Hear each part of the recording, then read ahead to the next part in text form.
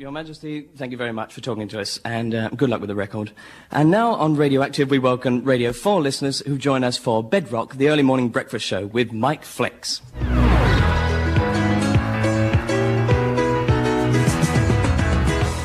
And a great good morning. Hi, Mike Flex here. Look after yourselves and thanks for the money. My name is Mike Flex. Mike Flex, Mike Flex. Yep, Mike Flex. And by one of those happy coincidences, this is the Mike Flex Show. And thank you for all those of you who wrote in for the Find a New Name for Mike Flex competition. We still haven't picked the winner, but thank you to Joy for suggesting Old Dustbin Head. We'll have a brand new competition later on when we'll be inviting you to find a name for the microphone. So, plenty of fun there, I would think. Well, you're listening to Radioactive, Britain's first national local radio station, broadcasting to you on the same wavelength as all the local taxis. But right now, here's Mandy with news of her show that you can hear later on today. Hi, Mandy. Hi, Mike. What have you got on for us today? Oh, just the usual pair of jeans. Terrific, yeah. Well, no, but seriously, Mike, I'm doing the Golden Oldies show where I'll be playing all the hits from just 1 year. And tonight I'll be playing all the hits from 1873. So, there's a must for all you Cliff Richard fans. Okay, bye, Mandy. And now it's Film Review.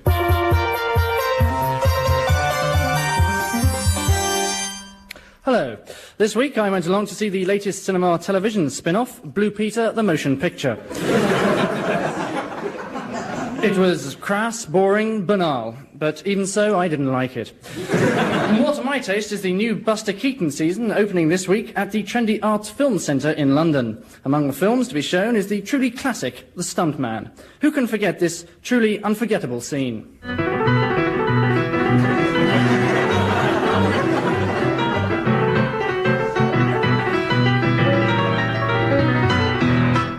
Remember that? Gripping stuff. In stark contrast, of course, to the poignant and moving deathbed scene at the end of the film.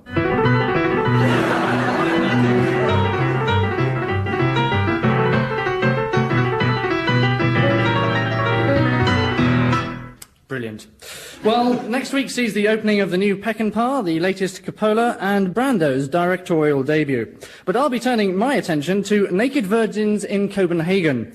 So while I'm away, Mike Flex will be sitting in. Radioactive. Okay, nice to see you up. And last night I went to see the very moving new film, in fact, The First Teardrop of Spring, and I must admit I cried. I couldn't afford an ice cream. Okay, yeah. Actually, I couldn't afford to go to the cinema as my wife has just left me. Come back, Helen. Okay,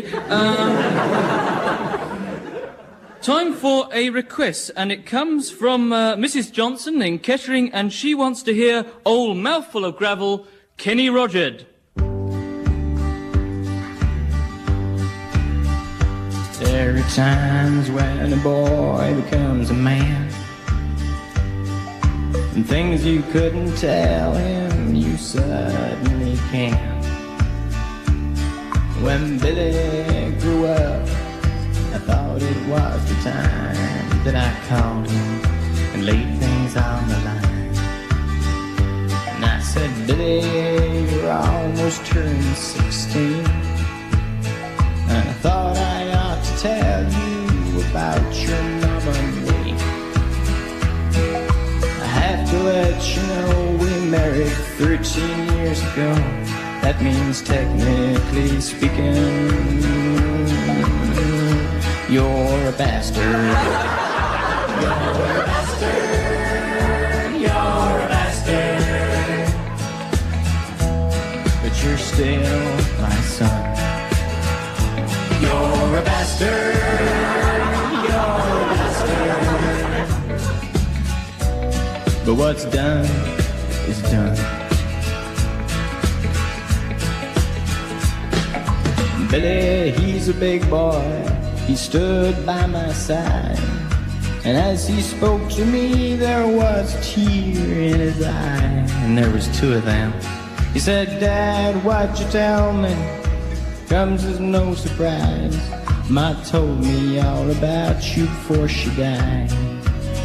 She said you promised you'd always be true, never cheat on a blind girl, that's what you never do. But you slept with her mother, her sister and her brother. She said you were a bastard. You're a bastard, you're a bastard. And you did my mama wrong, which is worse. You're a bastard, you're a bastard.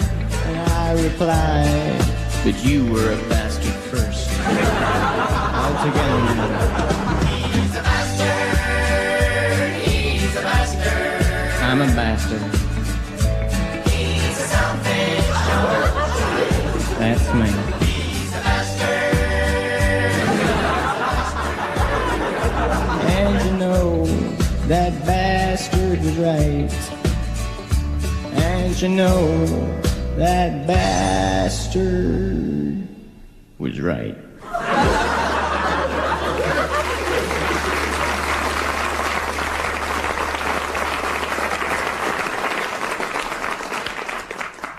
And we're just coming up to news time now, and we've just heard that the Governor-General of Australia has resigned. And for more details about that, our man in Sydney is on the line, Roger Jones. Hello, Roger.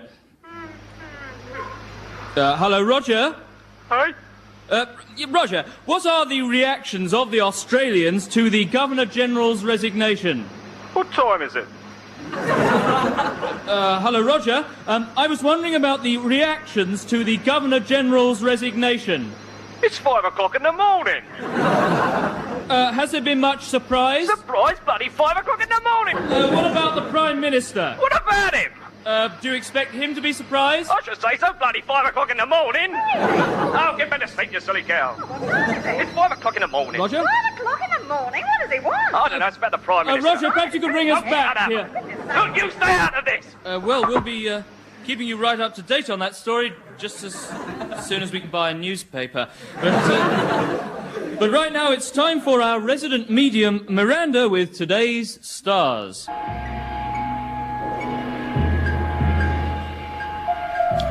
Taurus, if you are a Trappist monk, today will be quiet. Cancer, Leos will be particularly receptive to you today. Seek them out wherever you can. Leos, Cancerians are a bad sign today. If one approaches you, hit them where they are most sensitive. Scorpio, pay special attention to your diet. In particular, avoid glass, rat poison, and anything bigger than yourself. Aquarius, you will travel unexpectedly after a gas explosion in your kitchen. Get sunshine and beaches and foreign diseases. We call them holiday spots. Holiday spots.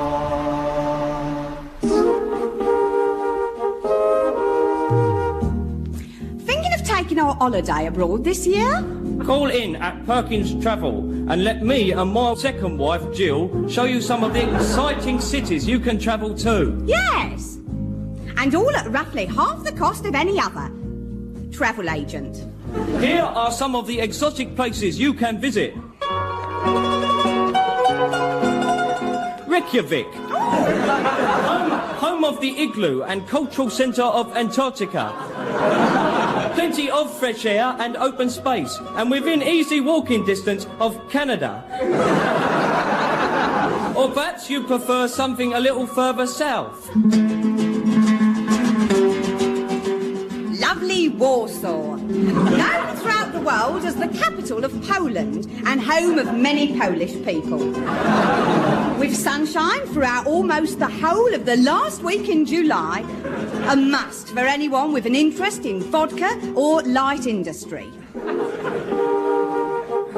So book now with Perkins Travel Agency.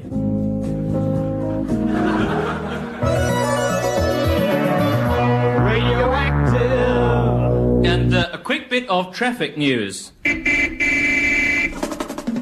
There will be no tubes running today between Mayfair and Dulwich, as there are no stations in either of these places.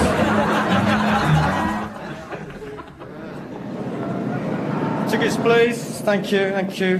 Thank you, sir, thank you. Excuse me, sir, when did you buy this ticket? This morning, obviously. Well, that's impossible, I think, sir, because the date says the 7th. Yes, well. It's 23rd today, sir. Really?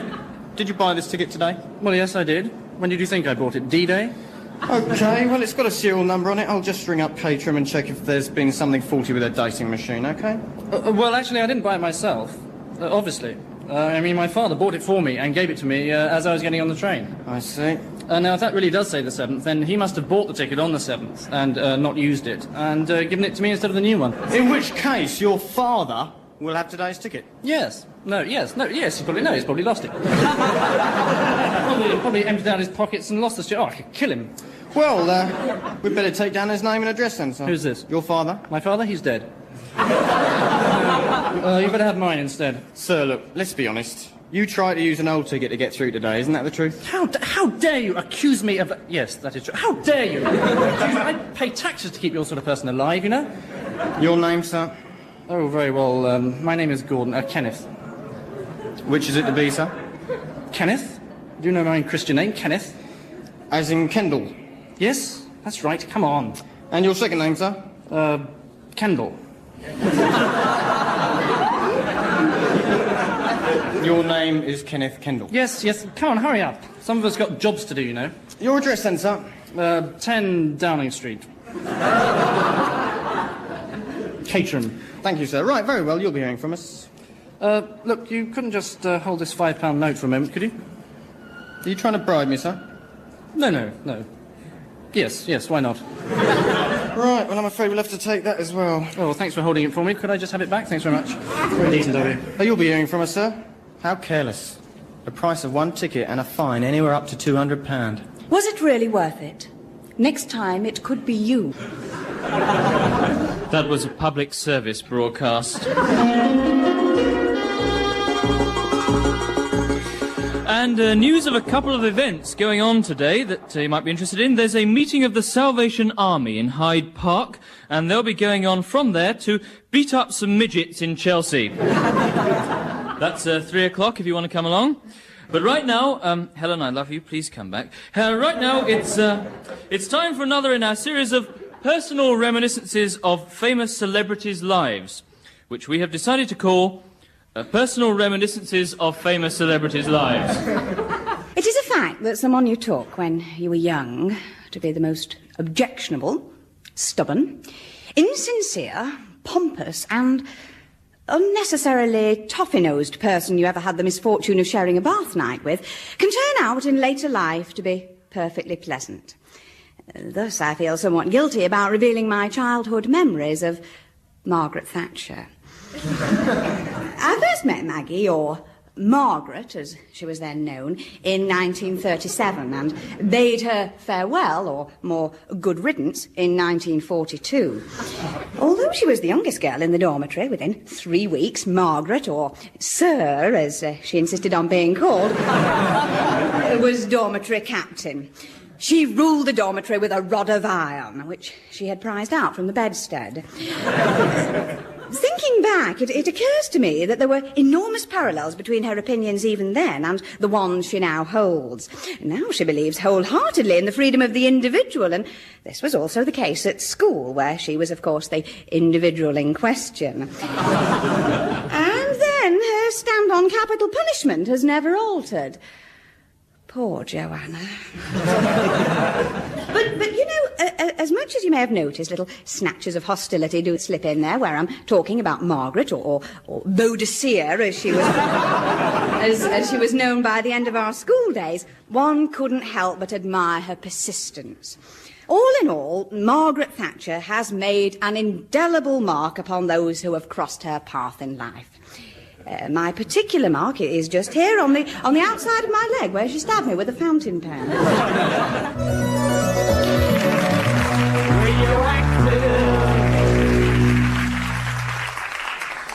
Broadcasting to you locally, nationwide. Well, time now, on a lighter note, for Radioactive's Quiz of the Air. Last week we had a special competition for all you men entitled Who is the Perfect Lover? And a staggering 80% thought it was Judy Huxtable of Cheshire. So that's the correct answer. For those of you who didn't get it, her address is 14 Priory Terrace.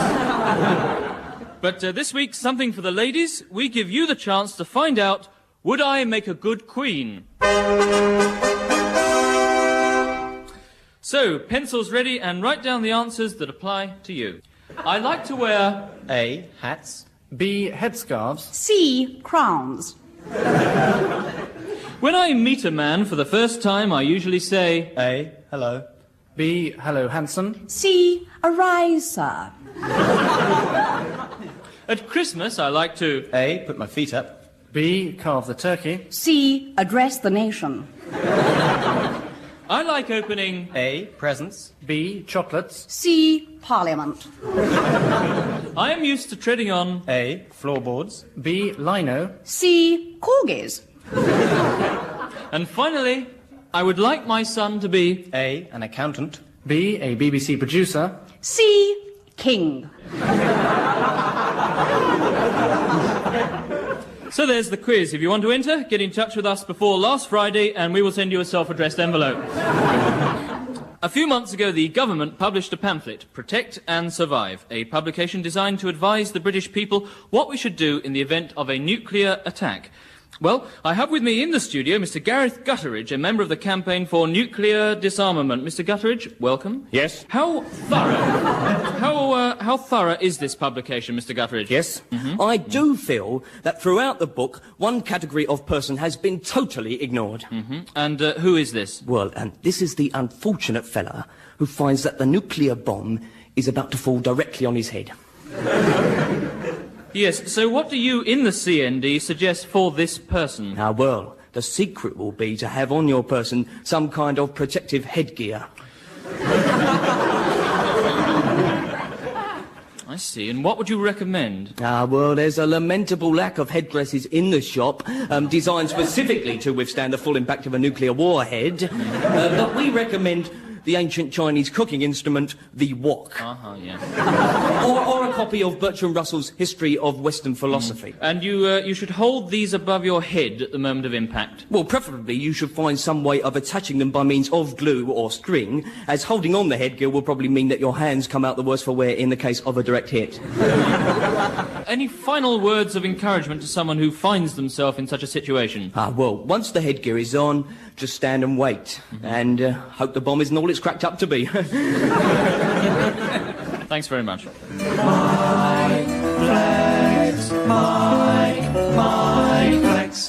This is Radioactive, broadcasting on 400 metres long wave, 200 metres medium wave, and 100 metres hurdles VHF. And now, we have the results here of an exclusive radioactive survey which proves that the death rate is remaining steady, at 1 per person. Right now, it's time for our short story, read today by Roger Daly. And he's going to be having a look at an extract from Samantha's Passage, the new novel by Suzanne Jacks. The raging sun beat down on the scorched white sand, and languid palm trees rustled gently in the wind. Samantha noticed how there was something different about Brixton these days. Was it the changing climate, or perhaps the sudden swell of tourists? Or was it the 600-yard Riviera beach built along the South Circular by the local council? She couldn't tell. She watched the children as they ran to the edge of the beach, buckets and spades in their hands, being narrowly missed by number 19 buses. How careless of them, she thought, that they should always miss. Looking round her, she saw a young man. She asked him to stop looking round her, and he smiled enigmatically and walked away. Immediately, without hesitation, she reached for her dictionary and looked up enigmatic.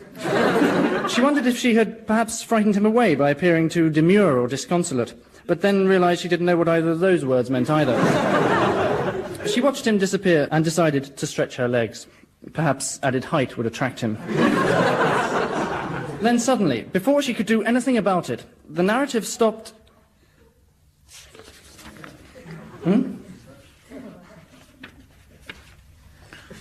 Thank you, Roger.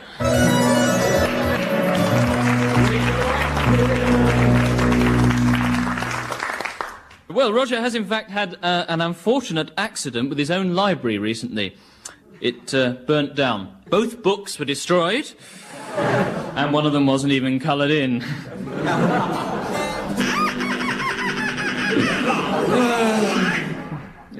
Please come back, Helen, and bring Jonathan with you if you must. But right now, it's my very great pleasure to be joined in the studio here by the very beautiful Kate Bosch.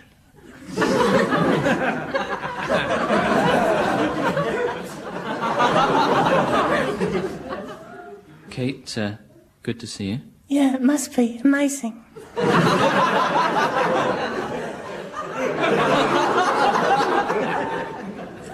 You're looking very amazing today. Okay. Amazing. Wearing that marvellously delicate dress. Yeah, it's amazing actually. It's crimpline.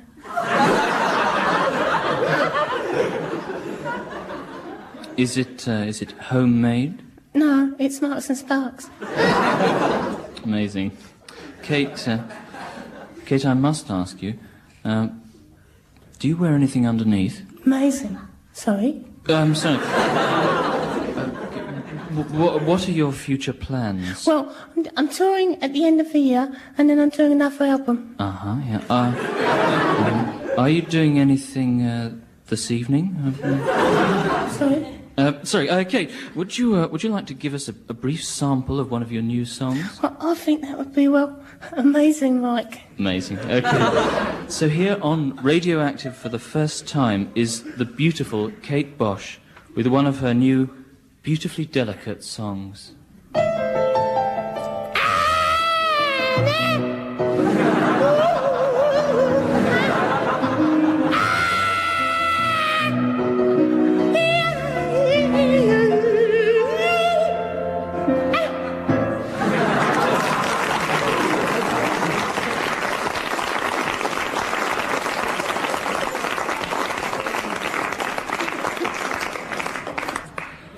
Well, that's about it from the Mike Flex Show today. It's goodbye from me, Mike Flex, and from my producer, who produces the Mike Flex Show.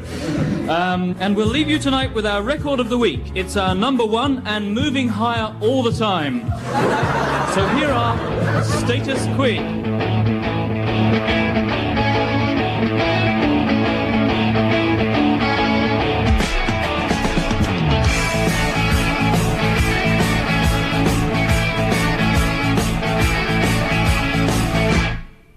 Boring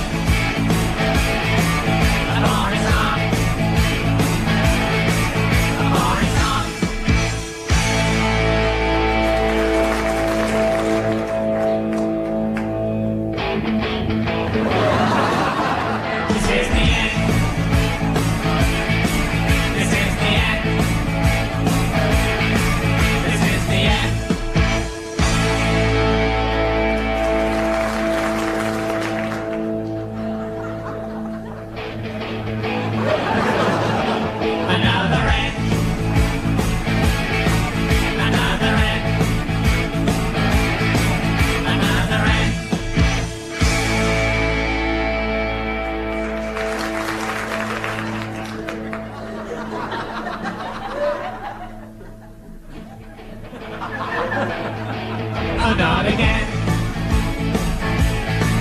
No, not again. Please, not again.